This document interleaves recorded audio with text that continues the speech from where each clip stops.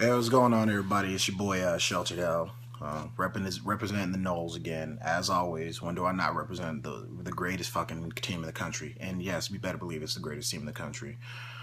Um, I've been getting a lot of people, like, especially Notre Dame fans, getting up here talking about, like, oh, well, you guys got lucky off of a bullshit call or whatever. Look, Notre Dame, I'm gonna tell you right now, it was a legitimate call. I mean, you look at it, look at the rule book. The rule book clearly states that you cannot block a receiver downfield before the pass is thrown. Yes, you cannot block a receiver downfield. So the call was legitimate. Now, if you guys want to gripe and say that our coverage, sucked or whatever, I mean, I can honestly, I'll readily admit, you know what? Our coverage was shit. I mean, PJ Williams, I have no idea why he didn't, switch over to Corey Robinson, and then Jalen Ramsey and Ronald Darby, like somehow or another, those two got like jammed up in between each other or whatever. So, was it a BS call?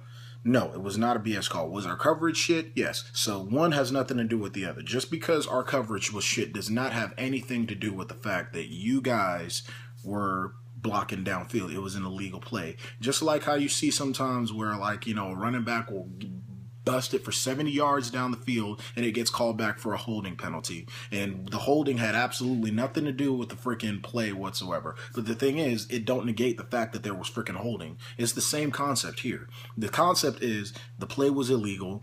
It got flagged for it. And even still, even if they didn't even call that flag or whatever, we still had 17 seconds left in the game with one timeout, and we still had Jameis Winston in our stadium, and we have Roberto Aguirre, the greatest kicker in the country right now, and possibly he's going to the promised land of probably even getting to being the best kicker, ever. That's still yet to be determined. He's only a sophomore. But the kid has only missed one kick in his entire career. Anyway, having said that, Irish fans, you guys just need to shut the hell up. Especially Brian Kelly talking about, like, all this. Just get over it, dude.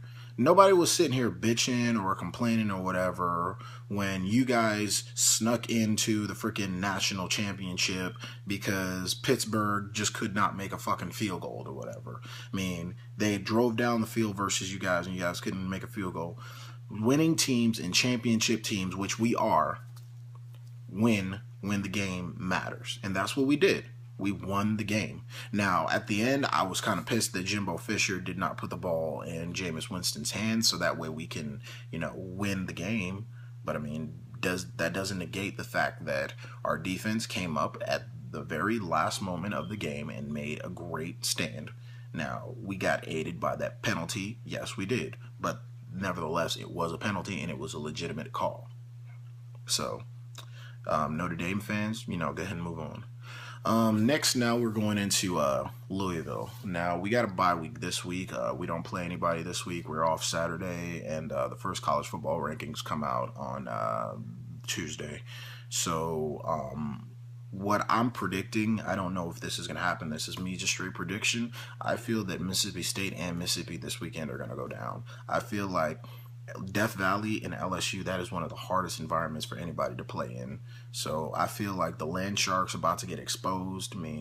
Not necessarily the Land Sharks. The defense, Ole Miss, I'll give it to them. Ole Miss's defense is legitimate. Good little boys, those boys get after it. Cody Pruitt, freaking Robert Kimdichie. Those boys are legit. Those Land Sharks, they're good.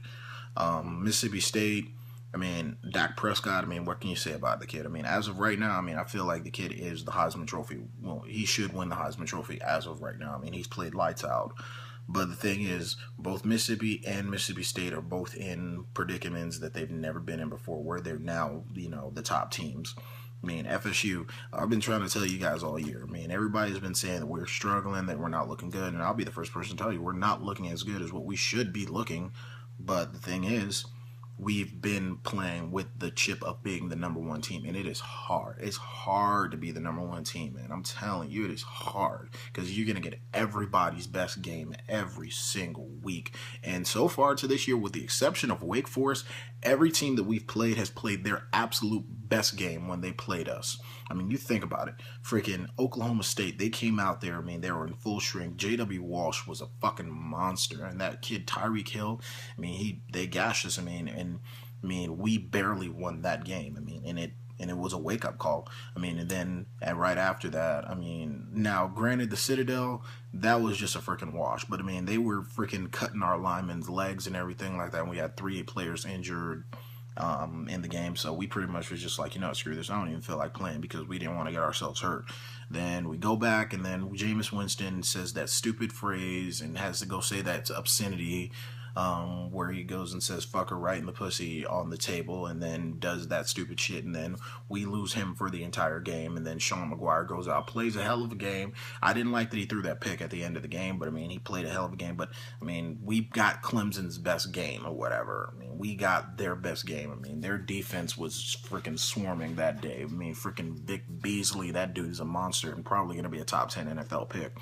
Then after that, I mean, we went on and played Wake Forest. I mean, Wake Forest, they've got a pretty good defense. I mean, but their offense is just trash. So I mean, I'm just gonna wash that game away. But Syracuse, they played us real good.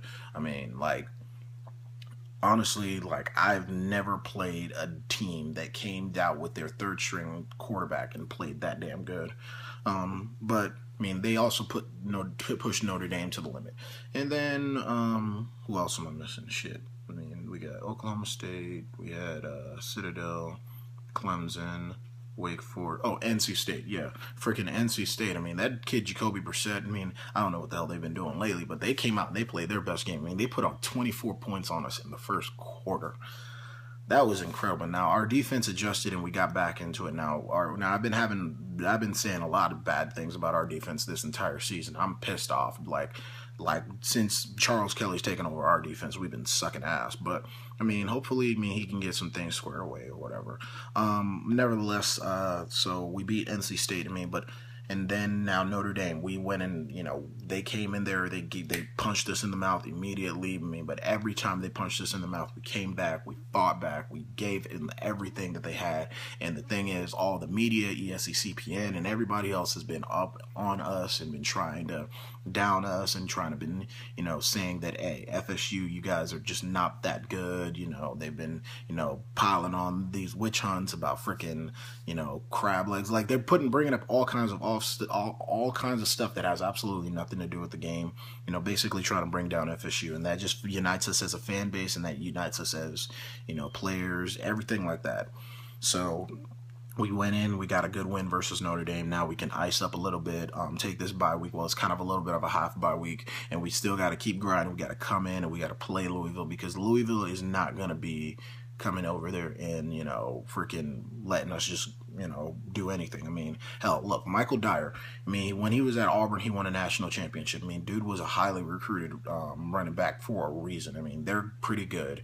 And then Bobby Petrino, he's a hell of a coach. We got to go in there. We got to go in there. We got to smash. We got to do everything. We got to play Florida State football. If we go in there and we play Florida State football, we can come out with the win, and I think we will come out with the win, but we got to do everything. It's not going to get any easier. Everybody from here on out is going to give us their best shot because they want to screw up our season, because that would make their season. Anyway, be talking with you guys a little bit later. I have more stuff to talk about with Louisville, but as always, go Noles, baby.